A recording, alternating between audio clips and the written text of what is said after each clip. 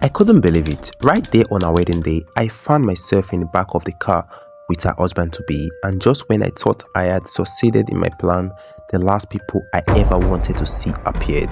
Sarah and her bridesmaid catching us red-handed. But let me take you back to how it all started, back to when Sarah and I were like sisters.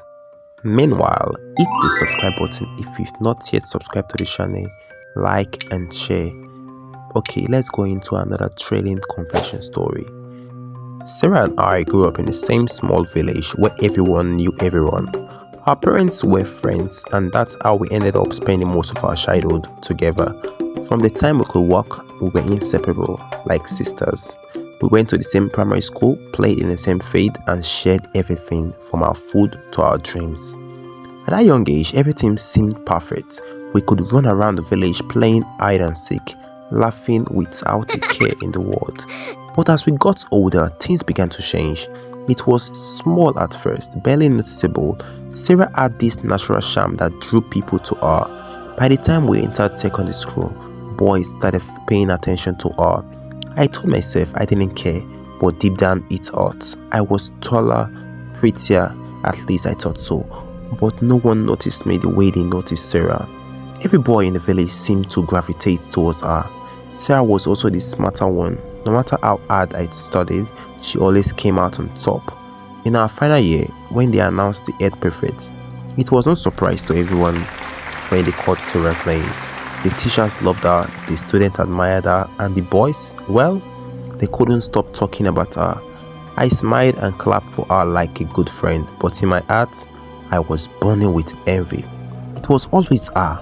She always got everything, while I stood in her shadow. By the time we finished secondary school, Sarah had everything I ever wanted, but what hurt the most was that she didn't even seem to notice. She didn't flaunt her achievements. She was genuinely kind and always made time for me. But that just made my jealousy worse. It was like she didn't even have to try and everything just fell into place for her. Then came university. Sarah and I, being as close as we were, decided to attend the same university. I thought things might be different there, that I'd finally have my own space to shine. But of course, Sarah continued to excel. She was elected class president in our second year and everyone loved her. And then came Tony.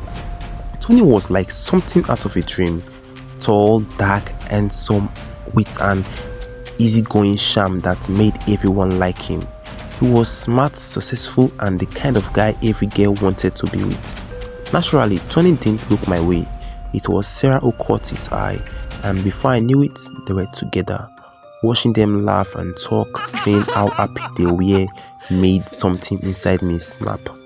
It wasn't fair. Why did she get everything? Why did she get Tony? I told myself I wasn't going to just stand by and let her have him too. I knew I was beautiful. I knew I could be more than just Sarah's shadow, so I started plotting. When Tony proposed to Sarah, it felt like a final slap in the face. She had everything, a good education, admiration from everyone, and now the perfect man. But instead of distancing myself, I pretended to be the supportive friend. Sarah, being as sweet as she was, asked me to be her wedding planner. It was a perfect opportunity. I could finally get what I wanted. I started calling Tony more often under the disguise of discussing wedding details. I would text him late at night just to make sure everything was on track. I wore clothes that I knew would catch his eye when we met for planning sections. But Tony was too loyal. His love for Sarah was deep, and no matter what I did, he didn't seem to notice me in that way. Frustrated and desperate, I knew I needed something stronger. That's when I decided to visit the native doctor. The native doctor lived in the next town, far enough that no one would suspect anything. I told him about my feelings, about how I wanted Tony to fall in love with me instead of Sarah. He listened and then handed me a small bottle with a thick dark liquid inside. Pour this into his drink, he said. Once he drank it, his heart will belong to you. I was nervous, but I didn't hesitate. The opportunity came on the day of Sarah's wedding. At the reception, everyone was laughing, drinking, and having a good time. I slipped the portion into Tony's drink. When no one was looking, I waited, watching him, and soon I noticed his eyes on me in a way they had never been before.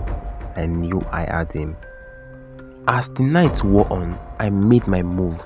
I whispered to Tony that I needed to talk to him in private, and he followed me out to the car. What happened next? Well, I'll spare you the details, but let's just say I had finally succeeded. In the back of that Land Cruiser, I had taken what I believed was mine. But fate had a cruel way of turning things upside down. Just as I thought I had won, the car door opened.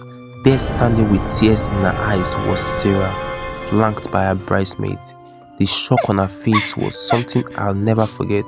She had trusted me and I had betrayed her in the worst way possible. But instead of feeling regret, I felt a sick satisfaction. I had done it. I had taken Tony from her. Tony called off the wedding right then and there. Sarah was devastated and I felt triumphant. Tony moved in with me and for a while everything seemed perfect. I had finally won, but the thing about winning through deceit is that it never lasts. A few months into our relationship, I began feeling unwell.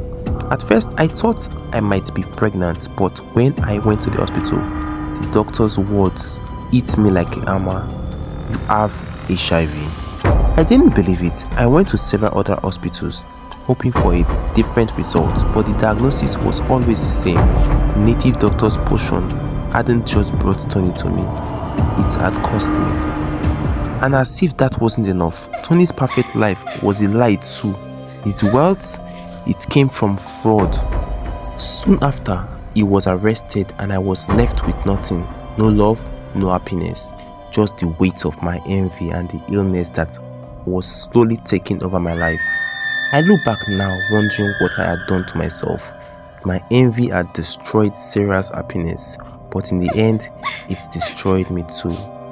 Please, if you enjoyed this story, subscribe, like, and share. Thank you.